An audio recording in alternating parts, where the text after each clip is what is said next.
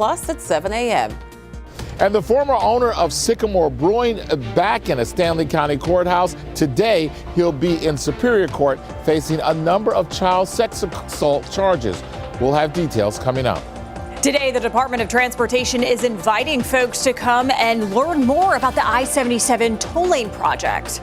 How they hope a new community engagement center will answer questions after a neighborhood tour was canceled. TSA agents could get paid today, just as Charlotte Douglas wraps up its community support for those agents. Who in America is going to work and not get paid? Glad it's getting back to normal. How things are looking at the airport this morning and why other agencies remain without funding. As Women's History Month ends, many are still asking, where's the money? The steps experts say can help close the pay gap. Those stories and much more live, local, and breaking news coming up on WCNC Plus. Well, traffic is increasing now as we're getting really close to that 7 o'clock hour. I wanted to show you I-77. It is moving slowly. This is out near Arrowwood. You can see those inbound lanes. They're moving. They're just slow as people are waking up and starting their day. One thing to mention is right here, 277. This is the outer loop right at Brookshire Freeway. There's a crash there. It's backed up beyond exit 3A. You can see that delay. So if you're perhaps coming in on Independence, you get onto 277. It is going to be rather slow. Chris. Thanks a lot, Majestics. Check it out. We have the 70s today, already about 10 to 20 degrees warm, depending where you are across the area. Then the 80s and mid-80s start off April. Our next big rain chance is really Friday and Sunday, but we do have a slight chance for a pop-up storm on Wednesday. Did you see the blue egg? Lisa did. I did. 10 of you texted in, 704-329-3600. We'll have another one hidden in the graphics tomorrow. Thank you for playing the WCNC Weather Easter egg hunt. We can't wait for you to join us again tomorrow. But how about in the short term, you join us right now on WCNC Plus. That's a good idea. Starts in just a few minutes. Again, streaming live starting at 7. Join us there. Make it a great Monday.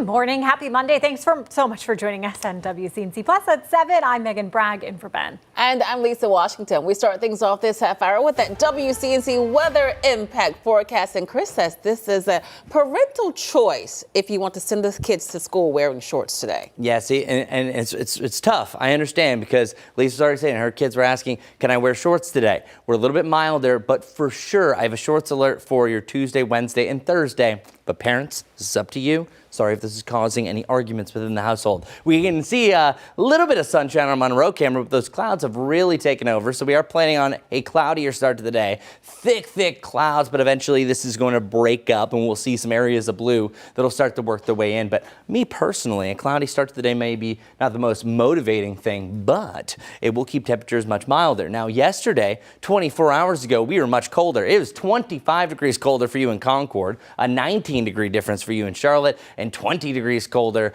up in Hickory. And that brings our temperatures right now to the low 50s to the mid 50s. So doing some quick math, a lot of us were in the 30s or freezing at this time yesterday, where officially a 20-degree difference means that Boone was at 26 degrees just a day ago. So already much better, where yesterday was the opposite of a shorts alert. 75 today. It will get much better. Even though you're starting off with that thick cloud cover, it'll be a nice mix of cloud and sunshine. Sky is just forever changing. So even by the late morning, I think that we start to see a lot more spots of blue, even turning partly cloudy to mostly sunny from certain hours throughout the day. Overnight tonight, we have actually a beautiful moon. I love this. You have the waxing gibbous, where it's always wax on to a full moon, where the full moon is coming up really soon. That officially is this Wednesday. That's April 1st. I think it's right around 10:12 is the time. So if anything weird happens midweek, now you have something to blame it on.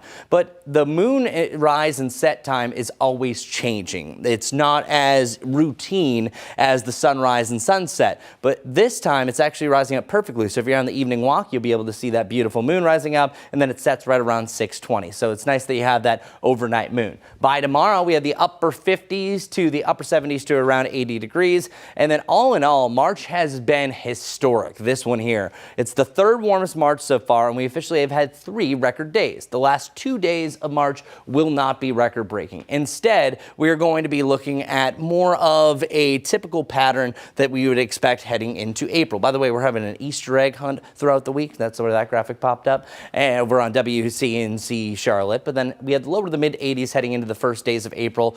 It's going to be a very warm day on April 1st, so no fool in April Fools. But we do have a slight chance for a little extra moisture that there could be an isolated shower or thunderstorm. That's our first rain chance. Number 2 comes on Friday as the system rolls in. The best chance right now, I don't like this news, shaping up on Easter Sunday. So I'm going to leave my weather bookmark right here. We're going to resume, and I'm going to show you our upcoming rain chances, what it looks like on our long-range futurecast coming up. But first, as we kick off the 7 o'clock hour, let's check with Majestic, see how things are rolling on. All right, good Monday morning, everyone. Hope you had a great weekend. I want to get straight to it because we're now starting to see much busier traffic now that we're in that 7 o'clock hour. I want to show you I-77. This is what I'm looking at on my map, just mainly seeing some yellow, so slow moving conditions. Here's what we're looking at live right now. That same exact area, I-77, mile marker 3, that's out near Arrowwood. Notice inbound lanes, they're slow. Outbound lanes look fantastic. Moving back to my map,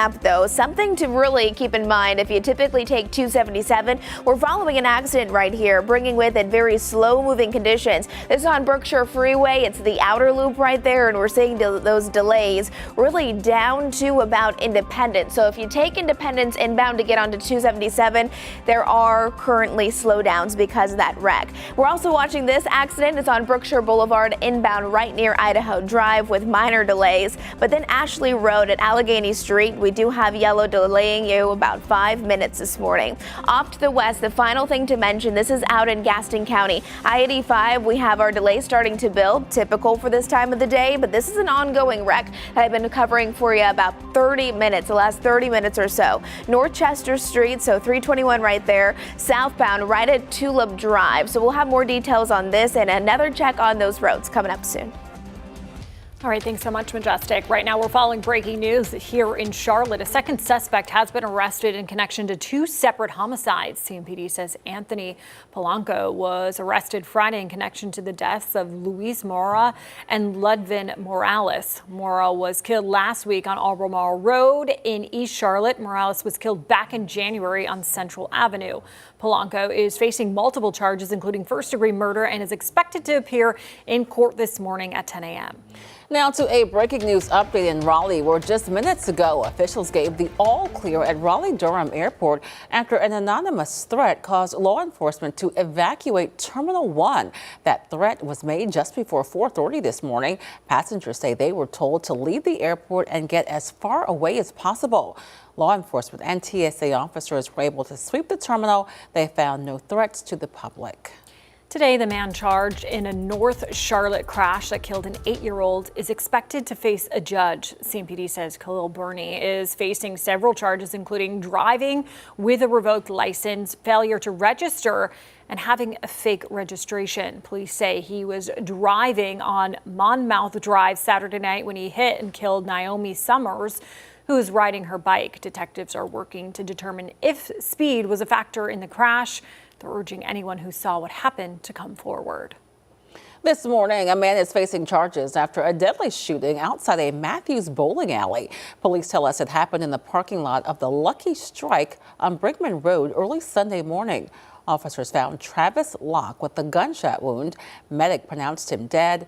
Police say Ray Teasley turned himself in. He is now charged with voluntary manslaughter. We spoke to people at that bowling alley who say this kind of violence is becoming too normal. I live in Matthews, and I would say it's atypical for the area. But I feel like nowadays it's kind of something that I react a little less to because it just happens so often. Police say that shooting stemmed from an argument between the two men. Teasley is being held in the Mecklenburg County Jail. Right now, one person fighting for their life after being shot in North Charlotte. Medic tells us this happened on Few Road near North Graham Street and Atondo Avenue. No details have been released. As soon as we get more information, of course, we'll pass it along. Today, the former co-owner of then Sycamore Brewing is back in court. He faces multiple charges, including statutory rape and burglary, in a case that shocked the entire Charlotte community. WCNC Charlotte's Richard Devane is live this morning outside the courthouse in Stanley County. So, Richard, what is the latest in Justin Brigham's ongoing case? Yeah, he'll be back in court today. Lisa, good morning to you. Good morning, Megan. Good Monday morning, everyone. And as I just said, that defendant will be back in court today, this time Superior Court, facing a slew of child sex assault charges, I should say. Justin Brigham is scheduled to appear after the grand jury here in Stanley County indicted him on multiple felony charges on what investigators say were incidents that happened in December last year at a home in Stanfield. Brigham, co-founder of Sycamore Brewing in 2013, was arrested. The company has worked to distance itself from him and later filed to change its name to Club West Brewing as part of an effort to move forward. Now, according to court documents, as far as his legal issues, Brigham is accused of contacting a teenage girl through social media. He then arranged a meeting and then broke into her home, according to court documents. Deputies say he was found inside the home. Police later arrested him. He now faces nearly a dozen charges, including statutory rape of a child, sexual offenses involving a minor, burglary, as well as assault. His bond has been increased from $10 million to more than $11 million, as additional charges were also filed. Now, he is expected in court today at 10 o'clock. We'll be there as well. By the way, if he ever does bond out of jail, he'll be forced to wear an ankle monitor. We're right here in Stanley County. This is Richard Devane. Guys, we'll send it back to you. All right, thanks, Richard. Despite gridlock on Capitol Hill, TSA agents will start receiving paychecks again this week following an executive order signed by President Donald Trump. Now, as the longest shutdown in history drags on, Charlotte Douglas Airport is wrapping up its community effort to support those workers. WCNC Charlotte's Anna King reported on the gift card drive when it started and is tracking the progress as it comes to an end. This situation sparked mixed reactions from travelers, while some stepped up to help. Others say it should have never fallen on the public in the first place. During the partial government shutdown, some TSA officials continued working without pay. In response, the Charlotte Douglas Airport launched a gift card drive, collecting grocery and gas cards to help more than 600 local employees. They're working. Like, why? Who in America is going to work and not get paid? Hey, I mean, get them paid, but that's, government should be funding that. I'm not gonna do that. Some say regardless of who should pay, the situation highlights a bigger issue. Glad it's getting back to normal. I think people are kind of held hostage sometimes politically, and not always looking for the best resolutions if it's not getting their means to an end. Many travelers experienced long lines from TSA officials choosing not to show up. And many travelers question how workers were expected to keep showing up without a paycheck. How could we survive in Trump's America without being paid? We got to pay taxes. I mean, come on, that goes without saying. It's just unfair. I know there's policies, and this is the government and the way it's set up, but it doesn't make sense. Now, with back pay expected, airport leaders say the donation drive has served its purpose and is no longer needed. At the Charlotte Douglas Airport, Anna King, WCNC Charlotte. Millions of people across the country, including thousands here in the Carolinas, took to the streets for dozens of No Kings protests over the weekend. From Uptown to Rock Hill, folks rallied to speak out against the Trump administration on Saturday. Our team was there speaking with protesters, many citing immigration enforcement actions and the war in Iran as their reasons for participating in the demonstration. Well, I think it's important to show a form of solidarity against, the tyranny and the incompetence that, our government has become. Authoritarian regimes happen when people sit around and they don't do anything. They have to see people come out and say, this is not right. This is not what our country should stand for. Similar message from people in South Carolina calling for truth and transparency from a government they say doesn't provide either. Also showing that no matter where they rally, the main focus was change. Yes, they want change. They don't like what the administration is doing right now. And they're very fed up about it. The overriding message is to go out and vote. Vote for the people that you want to make change for. The National No Kings organization says Saturday was the largest single-day nonviolent protest in American history, with at least 8 million people participating across 3,300 events nationwide. The White House dismissing the protests as, quote, Trump derangement therapy sessions. Tensions are rising in the Middle East as Iranian officials warn they are ready to face U.S. troops on the ground. We're going to break down what the White House says about ending this conflict.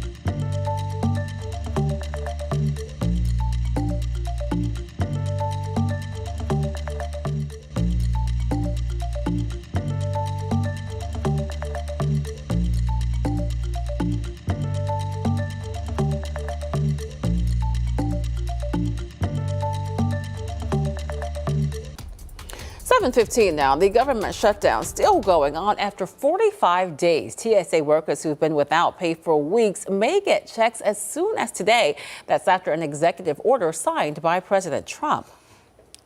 But there is still an impasse in Congress on funding the rest of the Department of Homeland Security. It is not clear yet what impact that might have on those long airport security lines. About 500 TSA workers have quit since that partial shutdown started in February. My concern is that out of those 3,500 who have called out over the weekend, that some of those are simply holding out and because they may have another job lined up. A spokesperson for the group that represents TSA officers says some are starting to see back pay being processed. So far, that's only the 2 full paychecks missed in March. It doesn't include the rest of that partial payment from late February.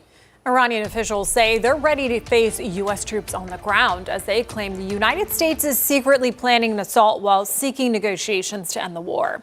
These accusations come as the Washington Post reports the Pentagon has drawn up plans for weeks of ground operations in Iran. Secretary of State Marco Rubio says Iran has yet to respond to a 15-point peace proposal. Despite the President Trump says talks to end the conflict are going very well. Meantime, Pakistan says it's prepared to host and facilitate talks between the U.S. and Iran in coming days. The announcement came after a meeting focused on de-escalation in the Middle East. Pakistan is very happy that both Iran and the U.S. have expressed their confidence in Pakistan to facilitate the talks.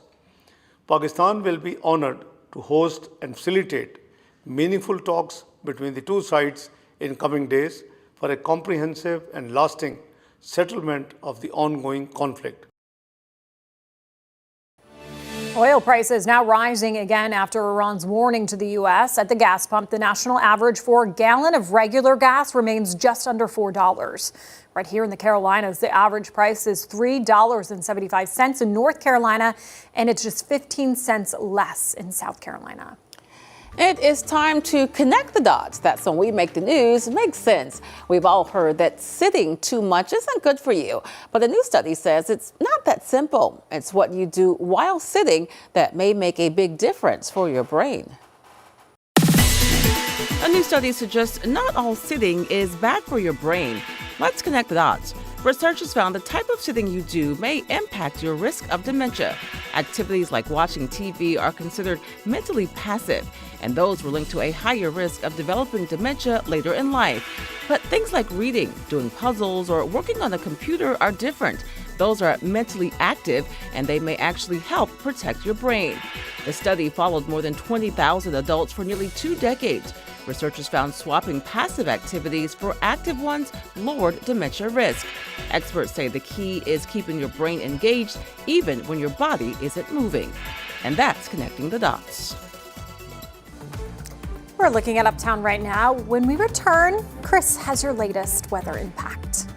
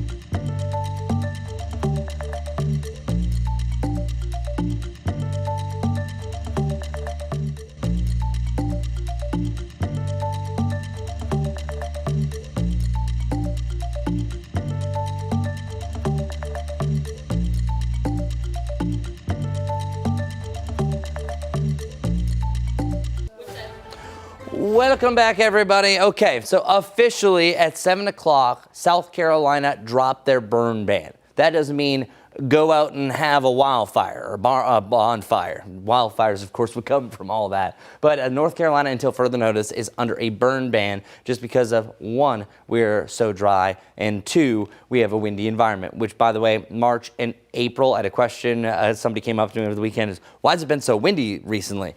It's this time of the year. March into April by far are the windiest months, so we'll continue to see that on and off big gusty days. So our rainfall chances isolated officially on Wednesday, dry on Thursday, and they become scattered again on Friday. I think most likely we're dry on Saturday, but Sunday a little bit problematic that we could actually have some Easter rain. I hate to bring it up. Now for your Wednesday, it's going to start to get a little bit more on the humid side, and then we're going to pop up some scattered showers. And then again, heading into your Friday, we have another system that starts to move back in. I think we have isolated scattered showers and thunderstorms. Whenever you're talking about a little extra moisture that's coming to play, even this most recent rain chance that we had one thunderstorm that was developing from it, a couple of heavier downpours here and there. I think the same thing goes, just a little bit extra fuel and lift to the atmosphere on Friday, but we're keeping an eye for the weekend forecast. Most likely staying dry on Saturday, but this is a cold front. See these little dips in these isobars, as they're called? That is showing that we have a strong front that's pushing in. So I think likely that's going to be our next big severe weather story across the United States. And once it gets a little bit close to us, it just depends if it's going to speed up. If that general system speeds up even just by a fraction over the next couple of days, this would be more of an Easter morning compared to Eastern late day. So we'll really see where it's going to set up. This one kind of showing more of a late day. All the Easter activities are wrapped up by the time it moves in, but it's way too early to really decipher that. Just want you to keep in the back of your mind that we are going to have a chance for that rain in general. As far as how much rain we're going to see, not a good amount. We now are at the point that every week we need at least an inch of rain, at least an inch of rain. This has us just below the mark, anywhere from about 1/4 to 3/4 of an inch. That's great, that's helpful, but really I would say an inch to inch and a half is where we can really slowly chip away at this deficit over the next 3 months. So yes, at least we do have a wetter pattern as we are heading into the first days of April, but we need to do a whole lot more of it. Drought feeds drought, so we'll see where this goes. Let's see where our morning commutes go. Majestic, any changes?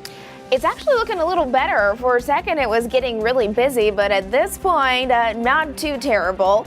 Of course, it's going to be slow moving if you're taking I-77 inbound. We would expect that just before 7:30 this morning. But here's a couple of things to mention. So as you're taking a look at my big picture map, I do want to let you know that we've been following this accident on Brookshire Freeway, so I-77, the outer loop, but it is clearing at this point. Just a few minutes ago, we had a ton of orange, and at this point, we're seeing a lot of green, so that's telling me that that is getting really nicely cleared. Then off to the west, this is Ashley Street at Allegheny Street. You can see mixes of yellows and oranges coming in both the north and east direction, so just be mindful of that. It might slow you down a couple of minutes. If you're coming in from Gaston County, we have our normal delays starting to build on I-85. That accident on 321 that I've been following for the last hour, that is since cleared. And then again, zooming it out, if you're coming in from the north, say out towards Huntersville, yes, it's going to be slow moving, but I'm not seeing any current crashes there at this time. Guys. Majestic, thanks. Today in history, following its ratification, the 15th Amendment was adopted into the U.S. Constitution in 1870, giving African-American men the right to vote. It barred states from denying the vote based on race or color. While voter suppression persisted, the amendment laid the groundwork for future civil rights progress. Today, it stands as a key milestone in the fight for equal voting rights. Well, we're going to take a quick break. We'll make sure that you keep it right here, streaming on WCNC Plus. We'll be right back.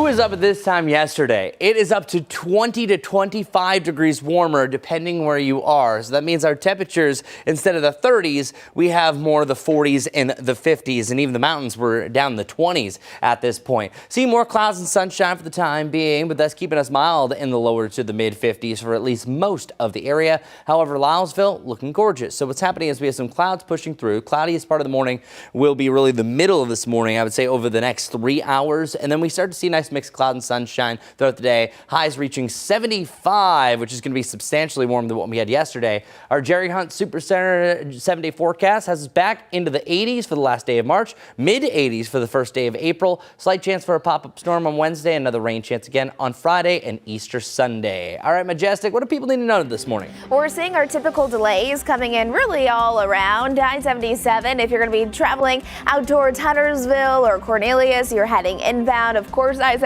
is going to be a little slow moving, but much the same if you're coming in from York County and you're heading inbound. Slow, but no active crashes. You can see those inbound lanes. They're moving. They're just a little slow at this time. Outbound lanes there at Arrowwood, not looking too bad. We'll be covering everything for you over on WCNC Plus.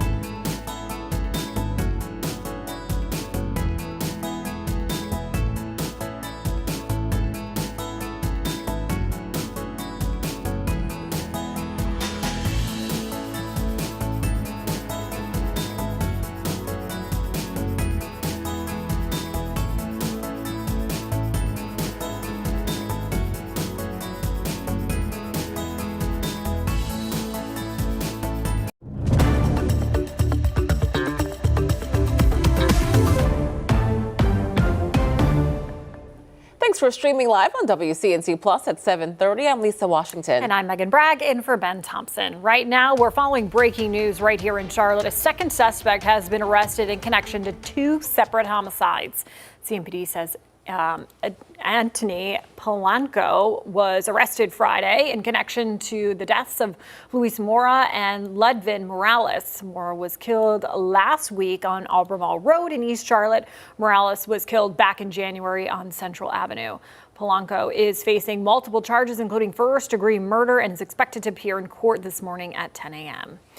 New this morning, a Charlotte mother is facing a felony charge after her 7-month-old fell out of a moving car.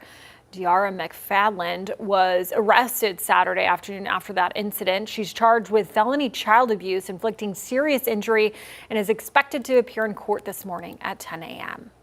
In just hours, Charlotte residents frustrated by the ongoing I-77 toll lane project will have a new place to share their concerns. WCNC Charlotte's Destiny Richards joins us live in the studio this morning with details on the project's new Community Engagement Center and how people can take advantage. Destiny. Well, after months of pushback from communities along I-77, state transportation leaders say they want to hear directly from the people most impacted and be open to answering any questions. The Community Engagement Center opens at 10 a.m. today on West Moorhead Street, right in the project corridor. It comes as some neighbors, especially in historic Black communities, have raised concerns about how the I-77 South Express Lanes project could affect them. NCDOT says this space is meant to create more transparency, offering one-on-one meetings, project updates, and a place for people to share feedback. Officials say early designs show no displacement in several communities, but the project is still only about 10 to 15% designed. Meanwhile, they say the need is urgent, with this stretch of I-77 seeing about 5 crashes a day. So the center will be open 6 days a week with walk-ins and appointments available. NCDOT says community input here could help shape everything from final designs to potential neighborhood improvements. All right, thanks so much, Destiny. Ahead of today's opening, some people are speaking out after the neighborhood tour meant to connect state leadership with residents in the area was canceled.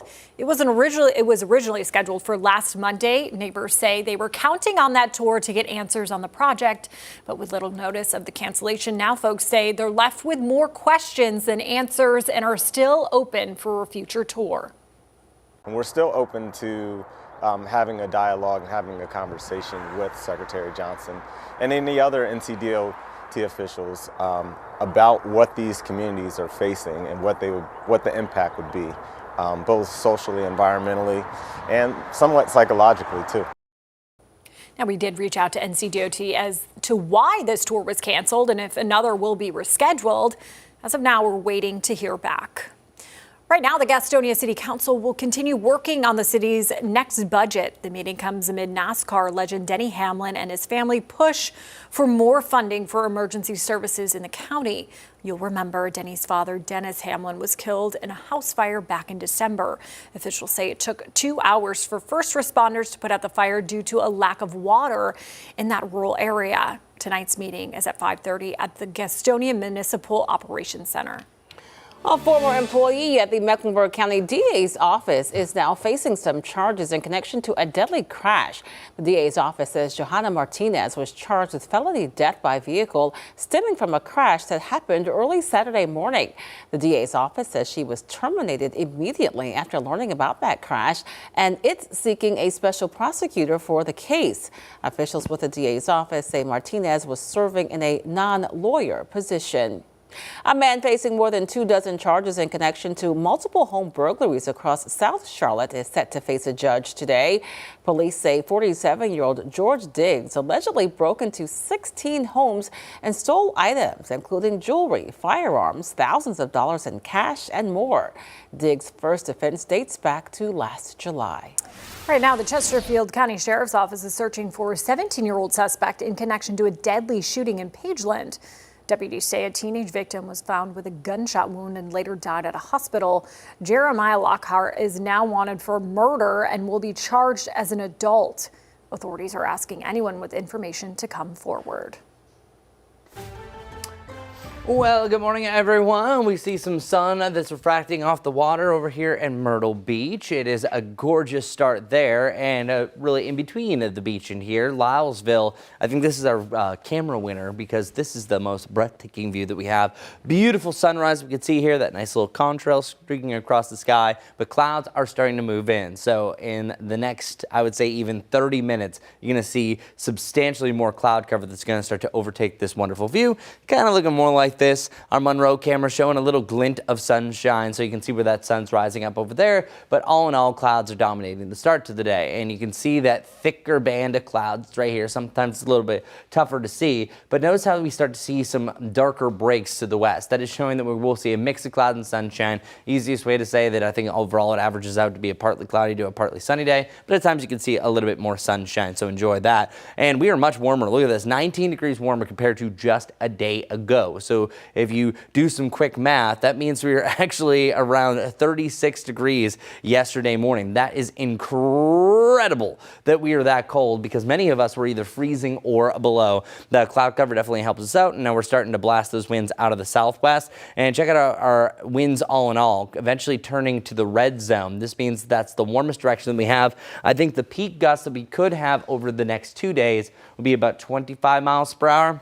So that levels out to a moderate to a fresh breeze. I love to reference the Beaufort wind scale because it physically really can show you what the day looks like. It's the day that, like, say if you have a dusty lot that's right near your house, a lot of dust is going to be blowing around, but then small branches are constantly swaying in the breeze, and then small trees really start to be in motion from time to time with those stronger wind gusts. High temperatures today, right in the mid 70s. That's not too bad. Mid 60s for you up in the mountains. We can do better than that, though. We're going to warm up a whole lot more. And our hour-by forecast for tomorrow, winds still of the southwest, so that is cranking up on Mother Nature's thermostat into the lower 80s, though. This will officially be the 11th day that we are at 80 plus, and that would be the most 80-degree days that we've had in March history. Also, because it's been so dry recently with those wind gusts, we do have a burn ban until further notice for North Carolina. South Carolina officially lifted theirs just 27 minutes ago.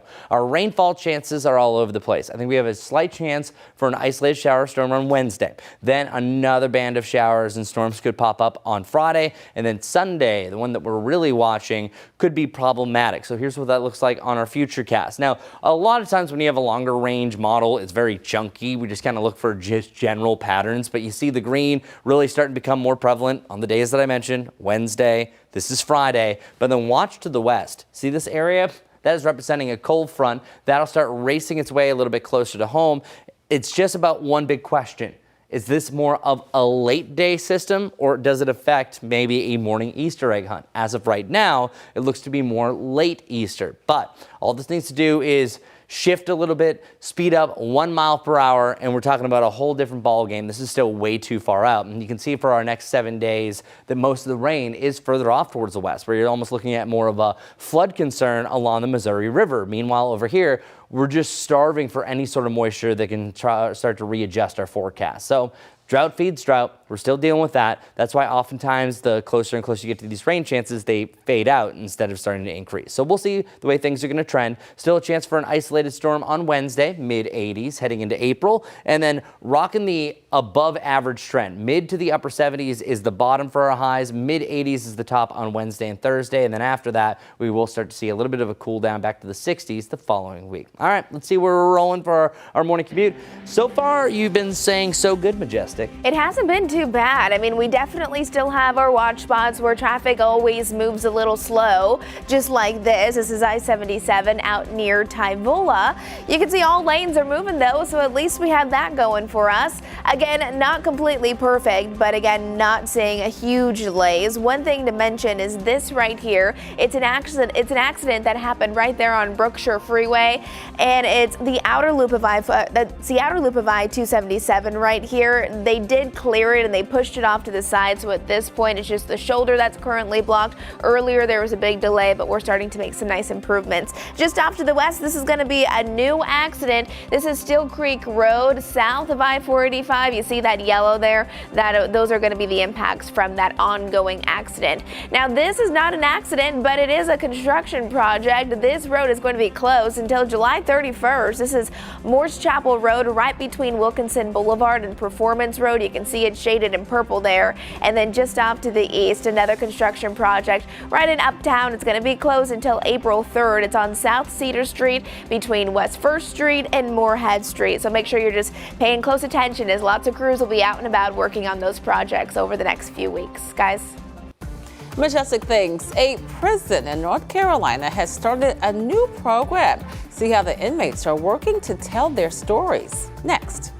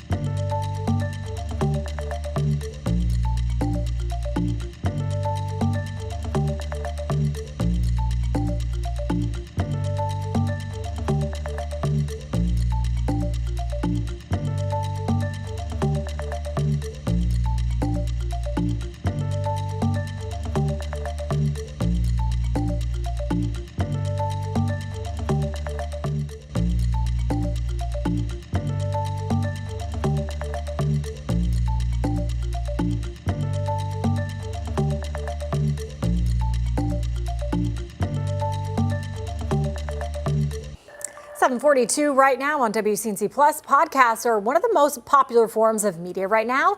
But have you ever heard of a podcast made inside a prison? Renee Cromes visited one prison in Whiteville, North Carolina, where inmates are breaking ground one episode at a time. Sitting off of Prison Camp Road, Columbus Correctional Institution serves as a medium security prison for men. From the outside, it looks like every other institution in the state. But behind the barbed wire fence, something different is developing, the first program of its kind in North Carolina. This is First Voice Podcast, and we're pretty much giving voice to the voiceless. That's right. Offenders are creating their own podcast to give an inside look at a world cut off from the rest of society, a glimpse at how they are working to better their lives. In this first podcast, we're just going to tell you a little bit about ourselves. I grew up in foster homes and been in the streets most of my life and ended up in prison. And it's changed my life. I don't like the experience, but I mean, I take it for what it is, you know. It is what it is. Life in prison can offer few moments of excitement, but this program is providing a spark of hope. I put in the work in the street to be able to get myself in here, so I have no problem with proving to not only the prison system, but to the world that I deserve this chance. And I'm willing to work for it if given the opportunity. 10 offenders are currently enrolled in the audio-video production program offered at the prison through Southeastern Community College. Everyone needs the opportunity to learn. Education is an area that everyone needs, and even if they are behind the walls, we want to offer that for them. I gained access to the class to get a first-hand look at what the program entails. Good afternoon, gents.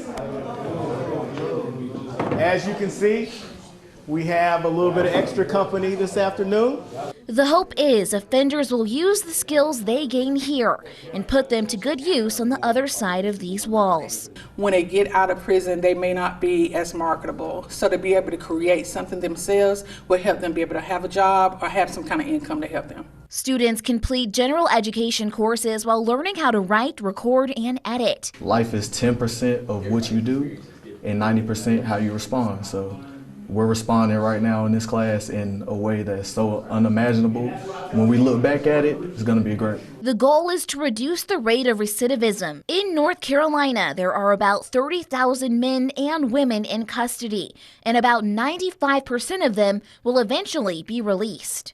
Education is the key to rehabilitation. Studies have shown that the more education an offender can receive while in prison reduces the recidivism rate extremely. Jana Demetral works for the state prison system and helped come up with the idea for the podcast. Sometimes people can be kind of reticent for offenders receiving education, but this is how we make safer communities and we have productive citizens come out of prison. Creating a new approach behind these walls to hopefully create a brighter future. We are the voiceless. Nobody knows what we think or how we move and how we want to impact the world because we're American citizens too, and we want to contribute to society. Just give us the tools that we need to be able to achieve that, and we'll do it. Voice to the voiceless. Love y'all.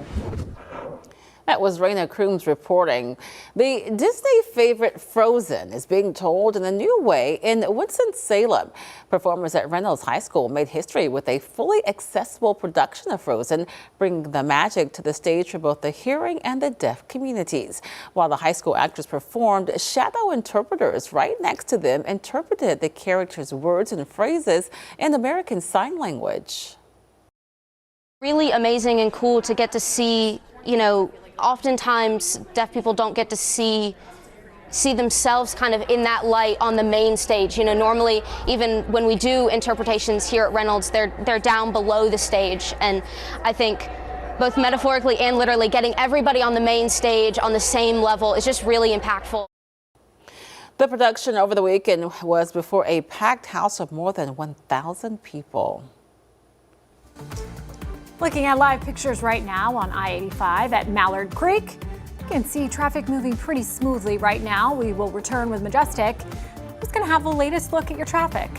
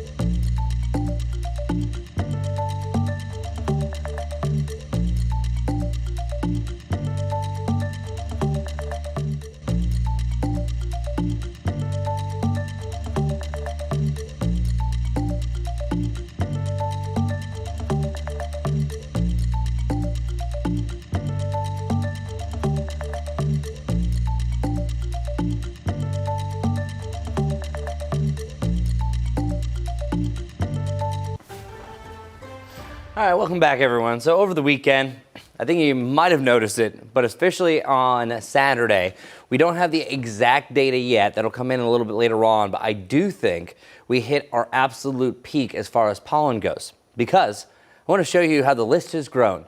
We now officially have pine, oak, ash, sweet gum, mulberry, maple, birch, willow, and walnut. Those are all the top, keyword, the top tree allergens that we have out there, meaning that there are more, but that is just the ones that were mentioned by the Department of Natural Resources, also the ones locally here at the office. The last reading that I saw on Friday, that pine and oak were the big two that we saw there. But regardless, you have a high level of tree pollen. Truly, I think it's more of an extreme level. This is just the exact report that came out from this last Friday. But I was looking at things, the way things are trending, also the way it was super breezy on your Saturday.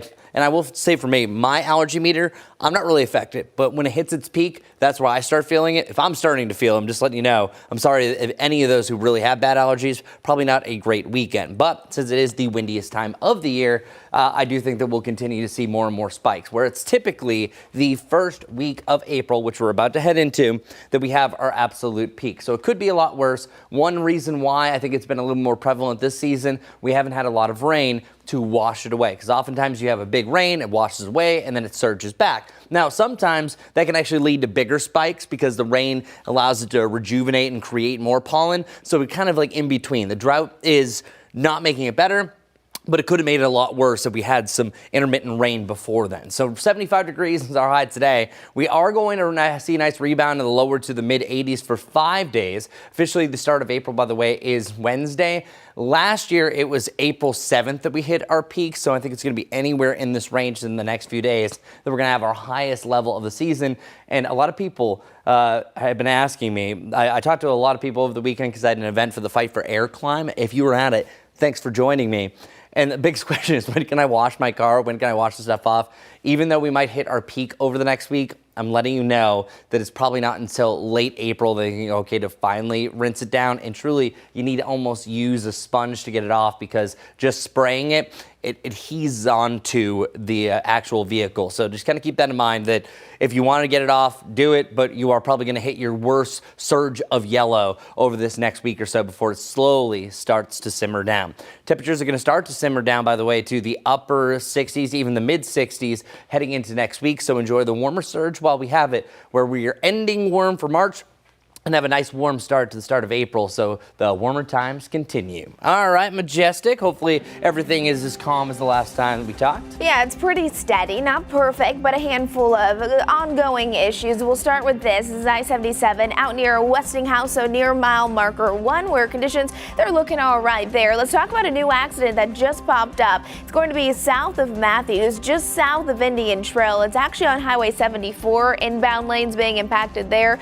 at Wesley Chapel Stouts Road. Seeing some of those delays back towards Hayes Road. Once we're heading closer to Uptown, right here is where there was an ongoing wreck that caused some big delays earlier. At this point, they were able to at least push it over to the shoulder. Berkshire Freeway, if you drive that direction, especially over by exit 3, you'll see that car over on the side. And then finally, Still Creek Road, that is an accident right there just south of I-485, where that yellow is indicating that traffic is being slightly impacted. Guys.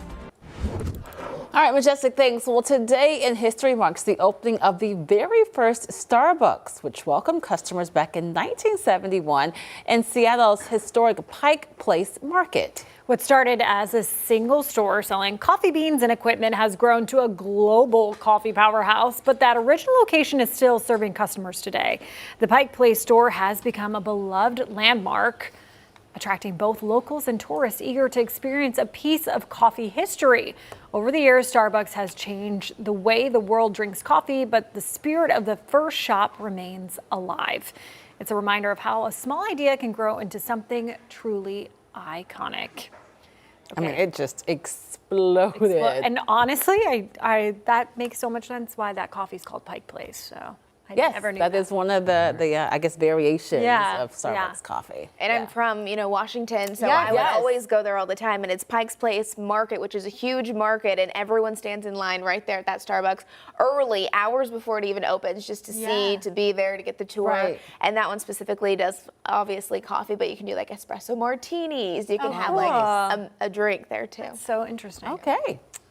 All right, well, time for us to take a quick break, but you keep it right here, streaming live, WCNC Plus. We're so happy to have you here this morning. A live look over, up, down. What are we now, Chris? 55 right now? Yeah. Going up to 75, yes? He's laughing. Sorry. It is 75. I was paying attention to that. No, it was. I Okay, know I was good. laughing at Megan's voice. All right. We'll be right back.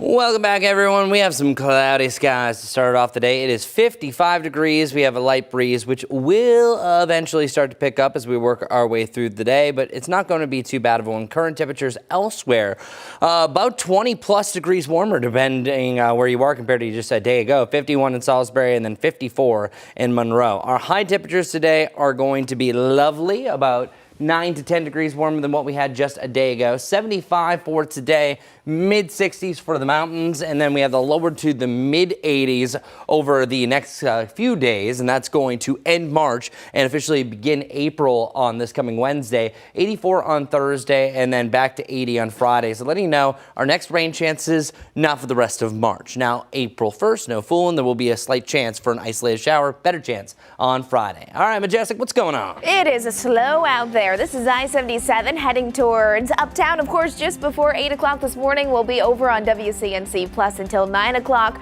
covering those traffic impacts. We have a new accident to let you know about. It's going to be right here, just south of Matthews. It's I-485, the inner loop right here. We are seeing some of those backups over by Independence. So take it easy and have a great week.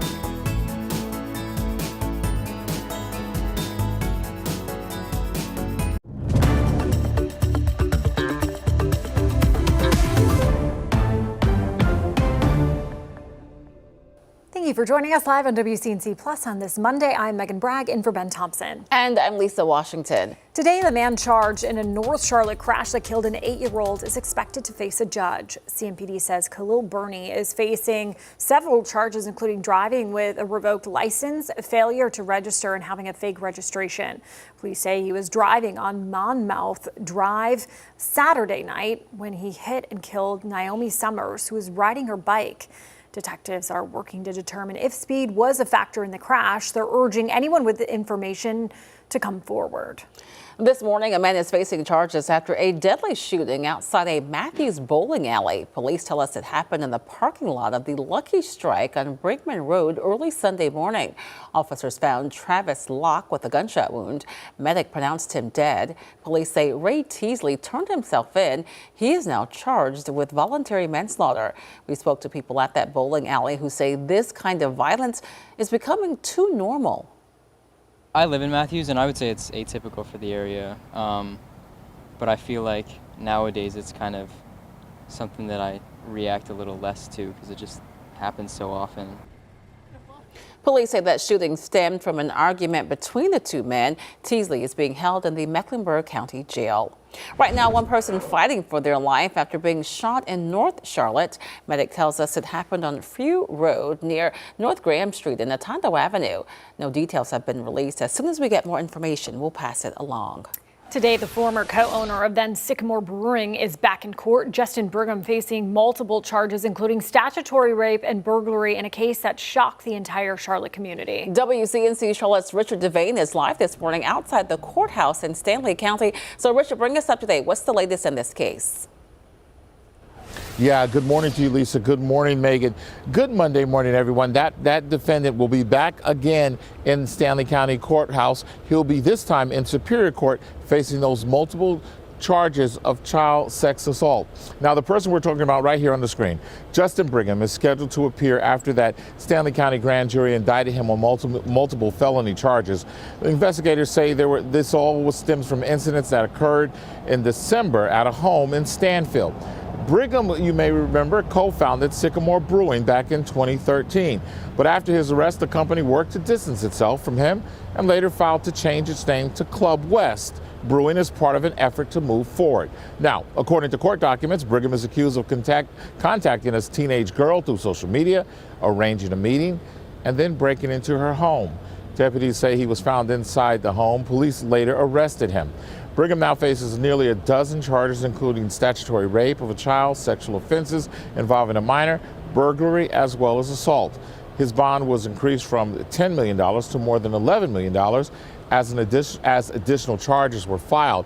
Now, of course, he will be back here in court in just a couple of hours. We'll be in court as well, and we'll bring you the latest of whatever happens in the courtroom. We're right here in Stanley County. This is Richard Devane.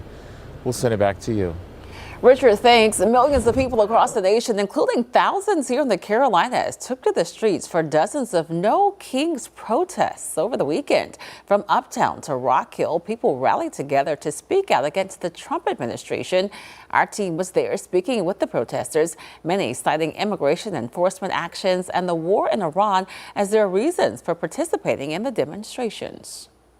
Well, I think it's important to show a form of solidarity against, the tyranny and the incompetence that, our government has become.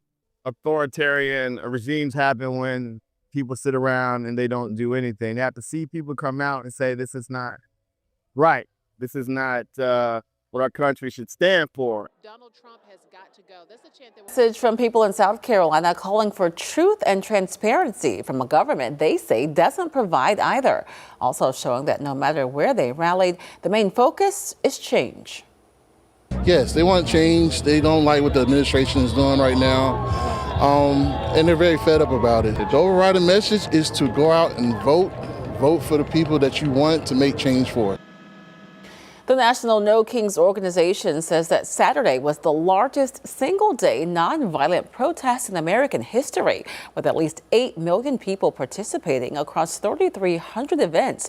The White House dismissing those protests as, quote, Trump derangement therapy sessions. After over a year of being closed, a major highway in western North Carolina is reopened. US 64 was first closed due to damage from Hurricane Helene. After first only being open to locals, it's now open to all traffic. Here's Gracie Palmer. A busy day on US 64. The road hasn't seen traffic like this in 18 months. It still looks very different.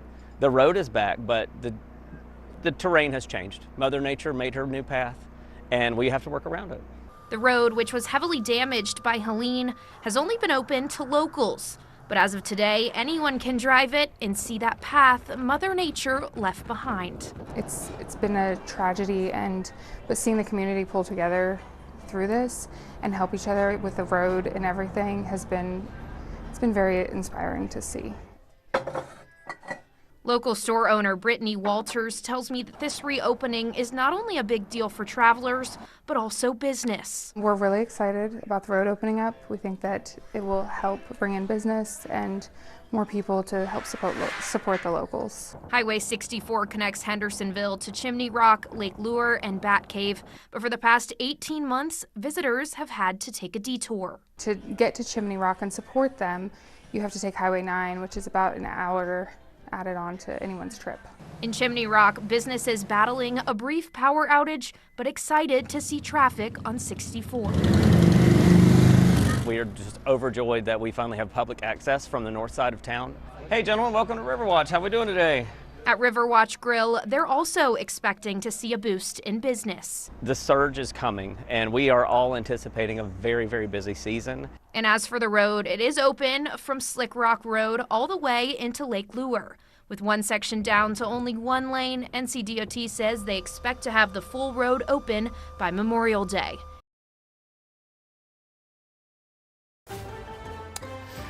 Hey, thanks a lot. Here we are. We are looking at more clouds. They're going to be on and off throughout the time, but I want to show you the change of what our cameras have been. So I mentioned earlier here on WCNC Plus that, all right, the most beautiful camera award goes to Louisville, but over the next 30 minutes, slowly we're going to see a deck of clouds that takes over, and that's exactly what we've seen. So this is exactly the time right now, and this is what it looked like exactly 30 minutes ago. So what a difference 30 minutes can make, right? And we're going to see a lot of those different changes going forward, that we have a lot of those mid-level to upper-level clouds that are joining us. This is a good example that you can still see the sunshine. So yes, at times it will look completely cloudy. At other times you're going to see a nice mix of cloud and sunshine. And I think we'll see some more developed breaks as we continue hour by hour. Already starting to see this deck of clouds weaken a little bit, but you still have enough moisture above us that's going to change things up. Compared to just 24 hours ago, it is significantly warmer, 15 to 25 degrees warmer to say the least. That means most of us were in the 30s to even the 20s yesterday. Some of us starting off that freezing point. Right now, we are 55 degrees.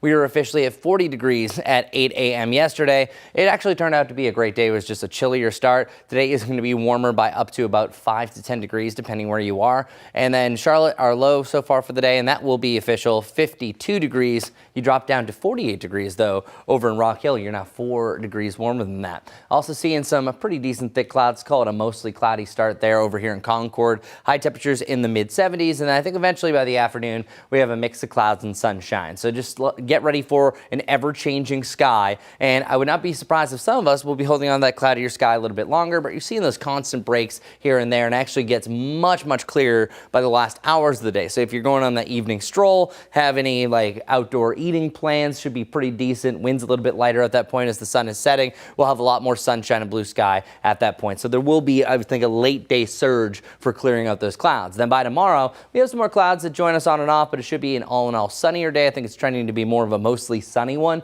And now we look for our next rain chance. I have a 20% chance here for your Wednesday. Check it out. I think it's more so going to be west of I-77, and I might even move that goalpost. So west of 321 more so. Better chance for showers and storms in the mountains, as that typically likes to be the case. But a few of these could skedaddle a little bit further off towards the east. So that is our next rain chance, just not really a high confidence one. Our rainfall chances actually reach their peak on Sunday. I think our second best is going to be this coming Friday. So Sunday is a big day for a lot of us. Yeah, it's Easter Sunday. It's not a guarantee, but I have to let people know. Then you might be traveling as well, so this could affect you. This is Saturday at 8 p.m. This is a big bad cold front and one that's attached to a low. It's actually going to bring some snow up into the central Midwest, up into Iowa, Nebraska, South Dakota. So that's going to affect some Easter plans. But this main front looks to arrive late day on Sunday. It could accelerate. So I just want people in the back of their mind, if they're planning any outdoor activities,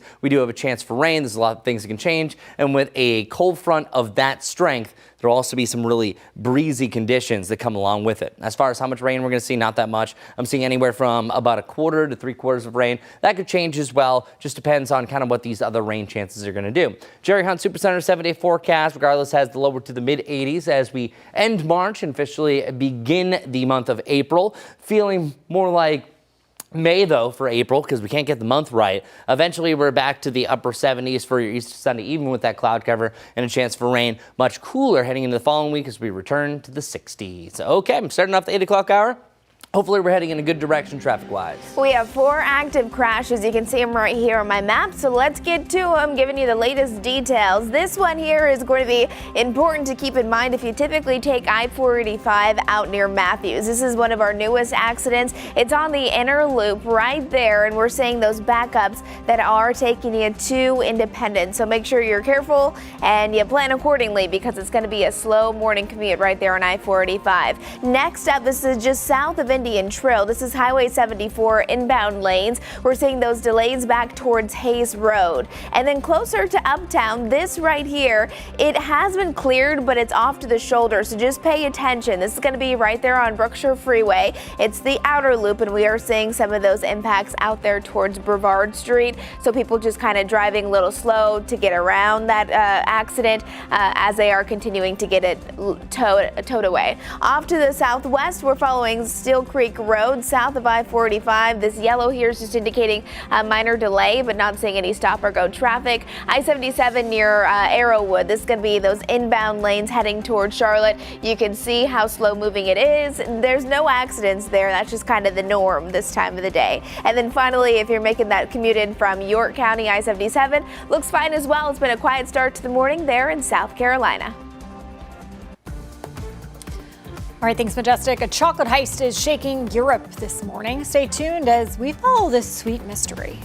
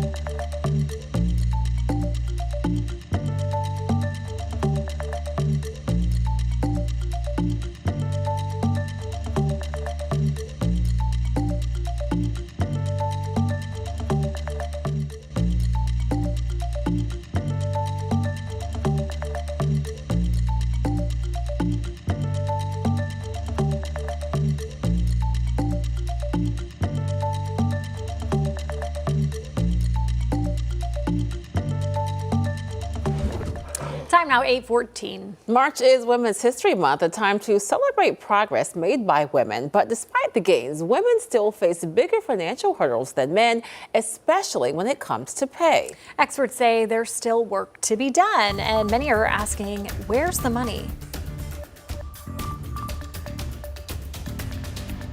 Living longer, being a mom, and taking care of others all play a role in women earning less over time. Women face really different types of financial challenges as compared to men. First of all, women tend to have more caregiving responsibilities, which means that women are more likely to take breaks from the workforce. Kimberly Palmer, a personal financial expert with NerdWallet, recommends women secure an emergency fund, check their credit score, and start saving for retirement as soon as possible. People can more easily save for retirement if you start sooner. And so it's a really good idea, even though retirement seems so far away in your 20s, just to get started. She suggests creating a basic budget like the 50-30-20 rule, which can help balance spending and savings. Where you're taking 50% of your take-home pay towards needs, 30% towards wants, 20% towards savings and any debt payments. And that kind of ballpark budgeting can just make it easier to look for things that you might be able to shift. Palmer says it's important to have an emergency fund so you don't have to dip into those savings or use your credit card. I think it's very interesting, as we continue to try to save money. Absolutely. All right, here's what's making headlines across the world this morning. Okay, listen to this. Chocolate lovers, you might want to cover your ears, but do listen to this. 400,000 Kit Kat bars are missing in Europe. Nestle says that a truck from Italy carrying 12 tons of chocolate never arrived in Poland. The bars are exclusives because they are shaped like F1 cars. Now, the company hasn't revealed the truck's last location. Officials warned the missing bars could end up on, let's just say, unofficial markets. Dun, dun, dun. Right? So random. It's so random. 400,000 though. I mean, that's not crazy. a small number. Yeah, no. I know. Insane. Hopefully the truck drivers were involved in it and okay. You know what I mean? I don't know. There's You're more saying, what do you do? questions. Yeah, exactly. You can only keep it for so long because I know. it's not going to be good. And As a family, we still have Christmas candy that we're trying to get rid of, and now we have Easter Oh, candy. do you really? Yeah, we do. Dang. Yeah. I think you gotta toss it. Valentine's Day, yeah, no, it's getting real old. Something's got to be tossed by now. That Something's Christmas gotta go. candy might. Yeah, I've been holding on to the Christmas. Kim might have already thrown it away at this point. Well, we like to do trivia here on WCNC Plus, so I ask you this question. Which country consumes the most chocolate per person each year? Is it the US of A, Germany, Switzerland, or the UK? The answer's coming up after the break.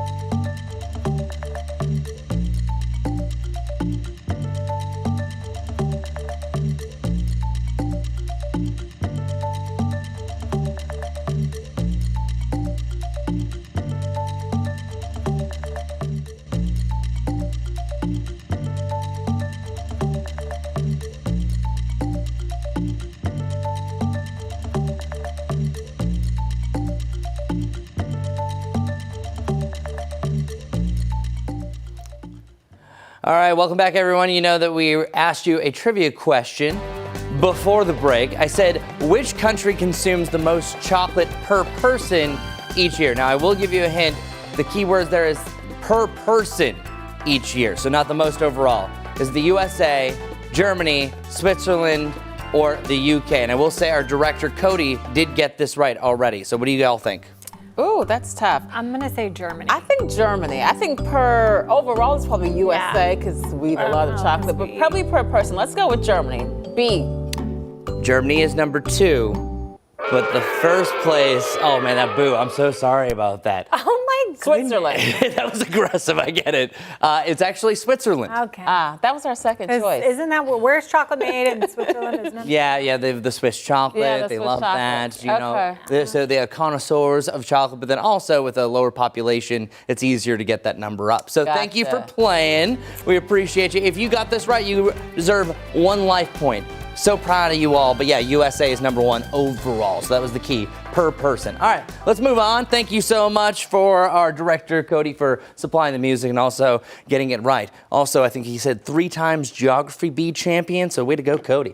Okay, so our top allergens, I know I mentioned this last half hour, but I have to let you know, we are about to head into the peak of pollen season. You might be saying, hey, well, we're already there. Well, look at this list. This is the longest list that we've had so far from the Department of Natural Resources that is based in Raleigh, but this also encompasses everything that you can expect here in North Carolina, and you can also, by secondary, include South Carolina into the mix. Now, as far as the peak last year, I want to show you exactly what that looked like. It winds down typically 1 to 2 weeks after the peak, but what you're looking at is really tough to see the numbers. Where you have the green text that says winds down 1 to 2, that's actually the last days of March and then the first days of April. So physically right in the middle of that, that's where we had our peak of last year, and guess where our 7-day forecast is? Right in the peak of that. So our official peak, the highest number, was on April 7th. We've already hit a number that's higher than that for this season, and I think that we actually could, at some point this week, hit the all-time high as far as what we've had in recent years. Now, I don't think it's going to be as much as 2024. I might have made that confusing, but I just think that we have a good shot of at least making even the top 5 highest counts that we've had since they've been keeping the record keeping since 1999. So big wowzer in that category. Now, going forward, we are going to be on the warmer side for this spring. I'm going to show you actually the 10-day forecast that separates from the 7-day. We're going to be nice and warm, but then we're also going to be fairly breezy, especially as fronts start to wield in. We have gusts at about 20 to 25 in the short term. Once this system rolls in on Friday, we pick up the winds again. Once this system rolls in on Easter, we pick up the winds again. So yeah, it's going to be one of these days. I think it's going to be the absolute top for that pollen count. And luckily we do have some rain that's going to wash some of it away. Heading into next week, a little bit cooler in the mid to the upper 60s. Okay, let's get another check of our morning commute. This morning's flying by, Majestic. It's going fast, and right now 5 active accidents is what I'm watching. So let's get to the newest one. It's going to be just southwest of Uptown. It's on Still Creek Road, just south of I-485. I'm seeing more yellow popping up with it. So with that being said, add on a couple of extra minutes if this is the route that you typically take. Just to the south, this is South Tryon Street and Whitehall Common Center Drive. This is our newest accident. Those two are pretty close to one of another. As we're looking here, this is I-485, the inner loop, right there at Matthews. So exit 52, we're seeing some of those delays taking us into Independence Boulevard. So that's exit 51. Just to the south, this is Indian Trail. You see this red? That's stop and go traffic. This is Highway 74 inbound, and we're seeing some of those delays back towards Hayes Road. Closer to Uptown, this accident here I've been following for a while. They did get it off over to the shoulder, so this is the accident that is now on the shoulder. It is Brookshire Freeway outer at Church Street, so we're seeing exit 3 backed up to around Brevard. Guys.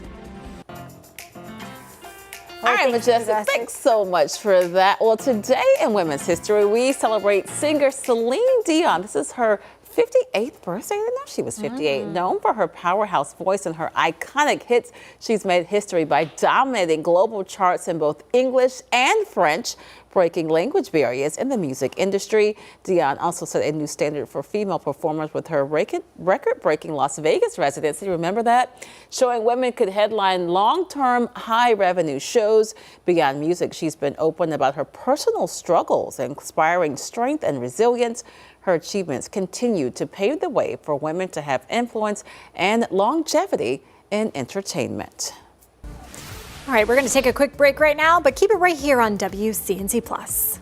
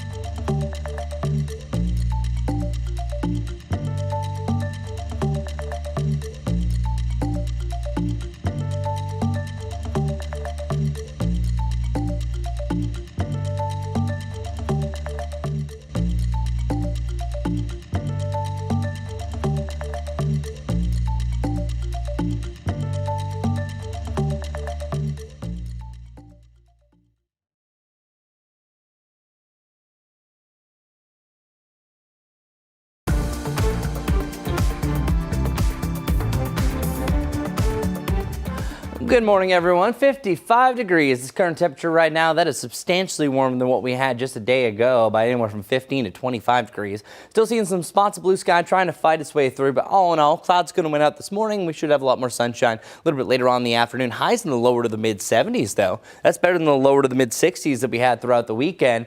And our lows are trending up. We have the mid to the upper 50s tomorrow morning, so warmer than we had this morning. And then even the 60s taking over for our low category. That's why officially starting tomorrow, I'm calling it a shorts alert and still parental decision for today. We have the lower to the mid 80s going forward, and our Jerry Hunt Supercenter 7-day forecast has us in the 80s Tuesday through Saturday. Our next rain chances, pop-up shower storm possible on Wednesday. Better chances, though, on Friday and Easter Sunday, so keep that in mind. Majestic, how are things looking now? It's busy as we're heading into that 8:30 time frame. By the way, we're covering still all the traffic impacts over on WCNC Plus until 9 o'clock this morning. This is what Clanton looks like. Definitely a slow cruise inbound. We're seeing an accident here. This is going to be Steel Creek Road just south of I-485. An additional crash, this time right here on South Tryon Street at Whitehall Common Center Drive. Take it easy. Have a great Monday.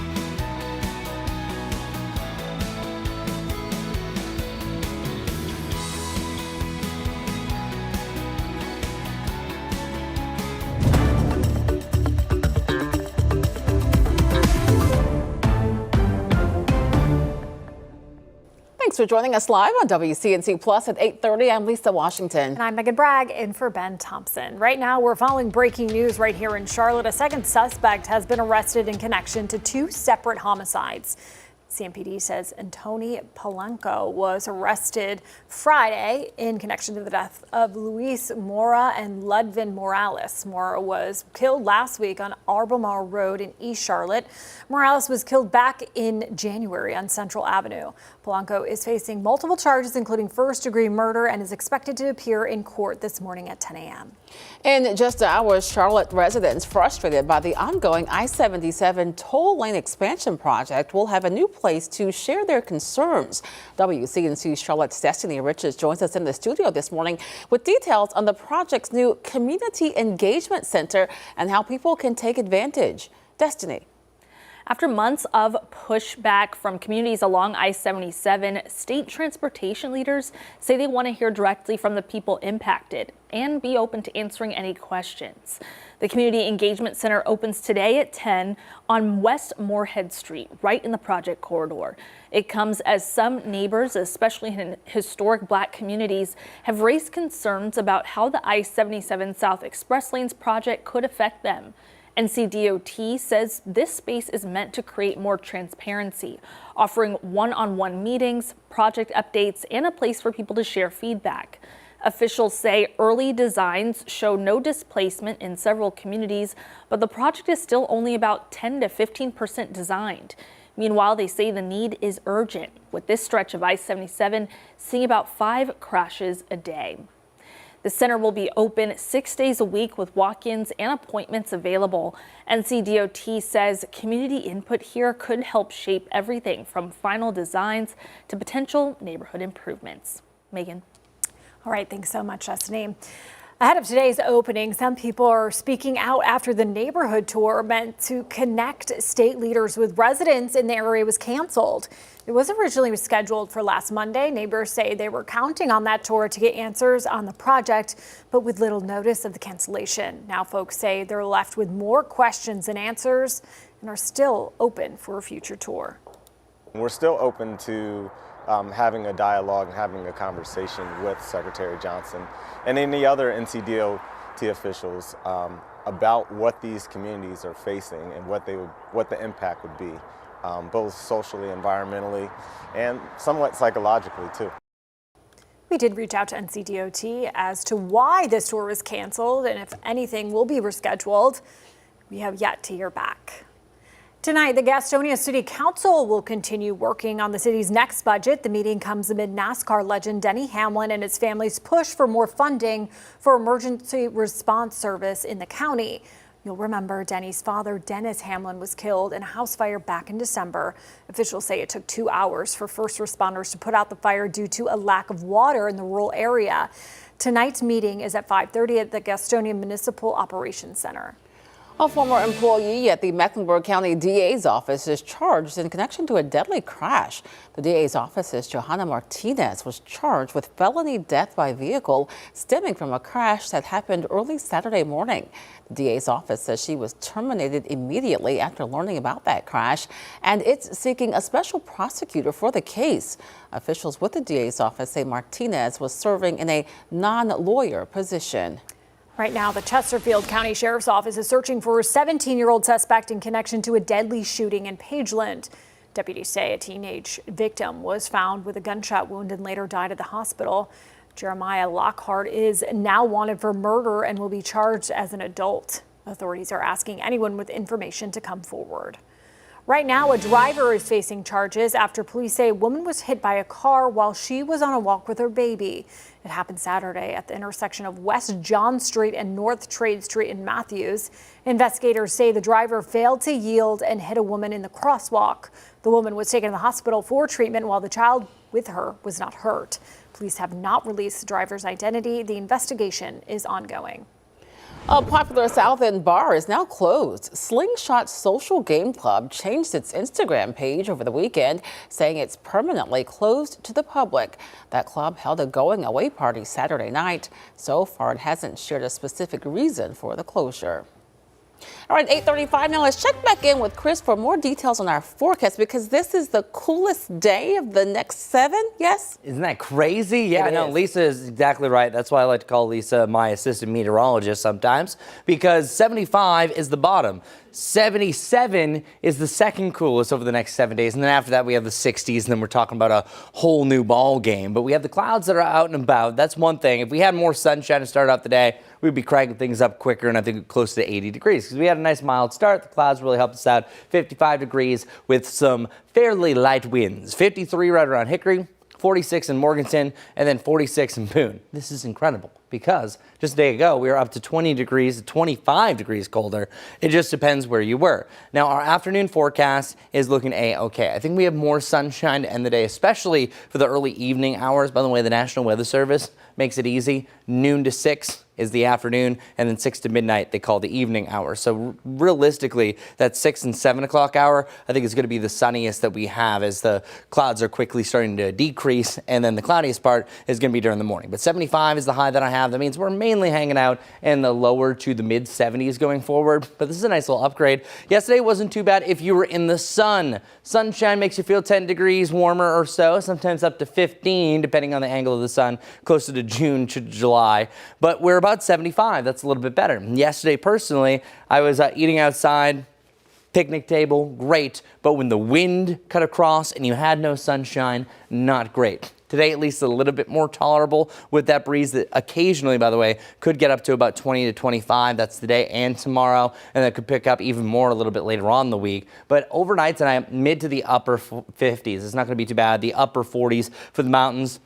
We should have a mostly clear sky. Sunrise time right around 7:13. Nice to see that getting earlier and earlier and earlier.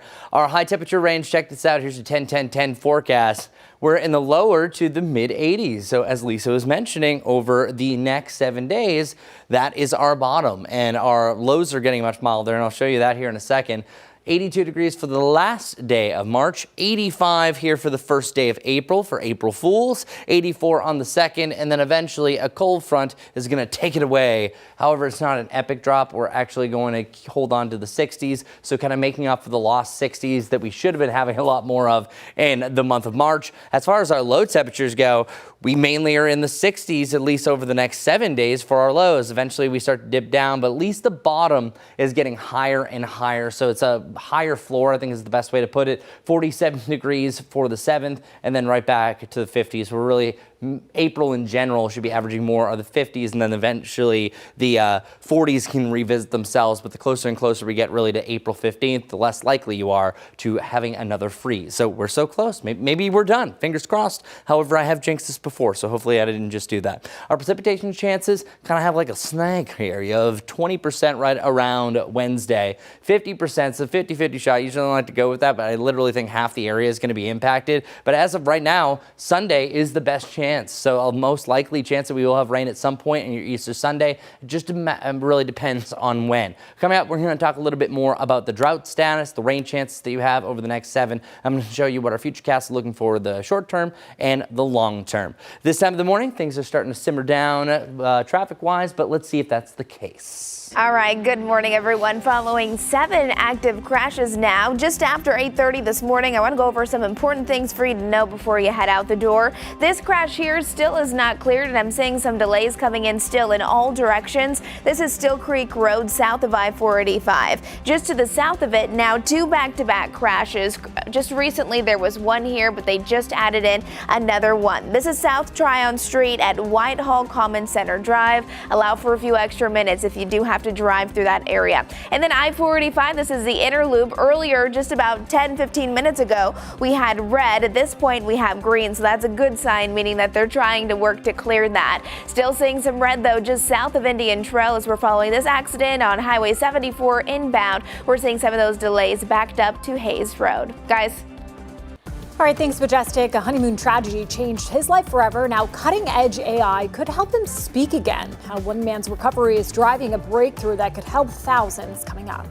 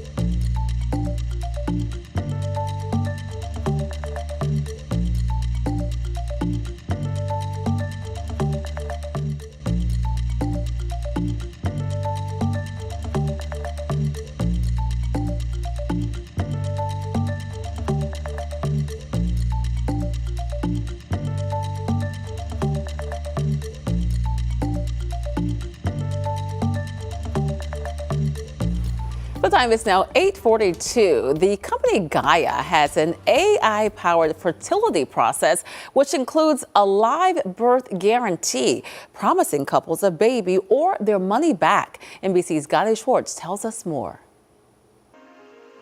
We're all here thanks to the miracle of life. And that miracle, sometimes assisted by IVF and the marvels of modern medicine. And along that comes the cold reality of dollars, cents, and a baby at a price. I know it sounds crude or vulgar when you say people are buying a baby, but essentially they're here because they want to buy a child. And up until now, the costs are often a big question mark during already stressful times. My wife and I had 5 rounds of IVF. But Nader Al-Salim, the founder and CEO of Gaia Fertility, says using AI, they've come up with a way to make IVF treatment so predictable, they have a no baby, no fee guarantee. With the availability of data today and the sort of proliferation of AI at large, you can isolate every step of the way and really understand what is going to happen, what are the scenarios, and what are the probabilities. Al-Salim's pitch is not just about tech, but financing. Typically with IVF services, couples pay as they go for treatment, and that can range from $20,000 to $60,000 or more. With Gaia, a $24,000 today average price of what we sell in IVF is enough of a pathway that 8 out of 10 women will walk away pregnant. And that $24,000, more or less, includes multiple embryo transfers if needed. Al-Salim says that with Gaia's system, couples are paying for an outcome, not a series of treatments. I don't think anyone walks here and says, I'd like to buy myself a treatment. People come here because they want a child. Every step of the way, I felt like we kept getting bad news after bad news. Maria and her husband had been trying to conceive for years, but a medical condition prevented her from getting pregnant. They're telling you that you have a condition, and then they're putting a price on top of that, right? Yeah. That's like a 1-2 gut punch. Oh, absolutely. Because first you find out you have this problem that makes you sterile and not be able to have children naturally. And then you're like, okay, cool, the science exists to do it, but you're definitely going to pay for it. And the price tag is a shocker. But through the Gaia process, she and her husband were able to conceive. And then came the news that you were pregnant. Yes, which was the best thing that ever happened. We were both crying so bad. And it was, I'm still having a hard time believing it, honestly. When you struggle for so long, it just seems like it's never going to even be a possibility. In the world of fertility, AI is already being used for things like timing hormone injections, selecting embryos, calculating drug dosages, and sorting through massive amounts of data produced by tests during the IVF process. But studies emphasize that human physicians play the central role in helping couples conceive through IVF. When it comes to fertility, there are so many layers, in terms of the social element and the emotional element and the psychological element. We spend a lot of time focusing on the patient. Al-Salim hopes that combining that human element with AI and other advanced tech will lead to a new future for how human life is created. People will be producing more embryos and more babies in the lab than we used to do, especially as the cost becomes more viable. Honeymoon tragedy is now driving a groundbreaking effort to give one man his voice back. Just hours into their trip, Gabe Brown suffered a severe head injury that left him in a coma, and nearly 2 years later, he's awake but unable to speak. Now a team at Penn State University is working to change that using advanced AI technology. His wife says the work being done by students and researchers has been deeply meaningful for their family. Everybody has a common goal to try to make Gabe's life easier. This wasn't a program that was already there. They heard about Gabe's story and they put all this together, so it means a lot. The team hopes the technology could one day restore Gabe's voice and help others facing similar challenges. New developments in the NFL show how artificial intelligence could play a bigger role in the game. League officials are exploring new technology like chips in footballs and virtual systems to help measure first downs more accurately. Now, the goal is to use AI to assist referees and improve calls on the field, especially during those critical moments. Leaders say these advancements could make the game faster, more precise, and more reliable for both players and fans. That might cut out more of the Monday morning quarterbacking, after the big games. After the big games, right? And it didn't help the Bills when they Okay, I'm sorry. I should not. My apologies. I should not have gone there. All right, let's move on. Sony is boosting the price of its PlayStation 5 consoles for the second time in a year. The suggested retail price will now go up by $100. Sony didn't cite a specific reason, only blaming continued pressures in the global economic landscape. Analysts say it's likely because chip makers are selling their products to AI data centers, creating a shortage for consumer electronics. It's a massive reversal for the traditional model where video games consoles got cheaper over time as the tech aged. The first price hike in August was a response to President Trump's tariffs. All right, 8:47 now, taking a live look over I-77. This is near the Clinton Road exit. You can see the traffic there. I believe that's heading northbound, moving a little slower than the southbound traffic. Majestic is going to have your traffic impact coming up in just a few minutes.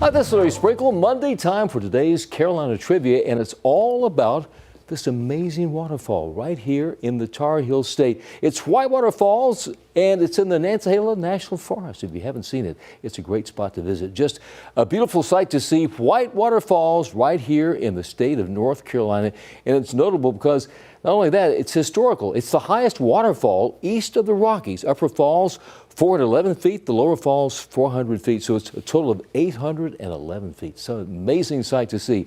Whitewater Falls right here in the Nantahala Forest in North Carolina. That's today's Carolina Trivia. I'm Larry Sprinkle. Thanks a lot, Larry. Well, we're almost done with March. It's been quite the month. So you're seeing a lot of colors on here, but let me walk you through it. So this is our above and below average calendar. We've had 3 records. We just did one recently on Friday, just barely skirted by above that 85-degree record. We had back-to-back records where we were 87 degrees back on the 10th and 11th. This right here is the only average day to a T. It's exactly where we should have been. But all the other blue blocks are representing 7 days that were below normal. All the rest were well above normal. So that officially brings us to the third warmest March that we've had in history. Now, even with temperatures getting in the 70s, back into the 80s, we will not have enough time to catch the number 2 spot. I cranked out the numbers just to make sure. And then 1945, don't think we're going to catch that as well. And coincidentally, these are the 2 other days, the only other ones that in March history have had 10 80-degree days. That's the same number that we have here in 2026, but we will be able to pass them because I think we hit 80 degrees one last time at the buzzer this coming 31st, aka tomorrow. But there's another stat that I don't have a graphic for. I just looked it up. This is also going to make another top 10. This is the 8th driest March that we have ever had in Charlotte history. So being the 8th driest, well, it's led to some problems. And that's why we had a burn ban across the Carolinas all weekend long. But that burn ban is still in effect until further notice, unless North Carolina has changed their mind over the last 30 to 45 minutes last time I checked.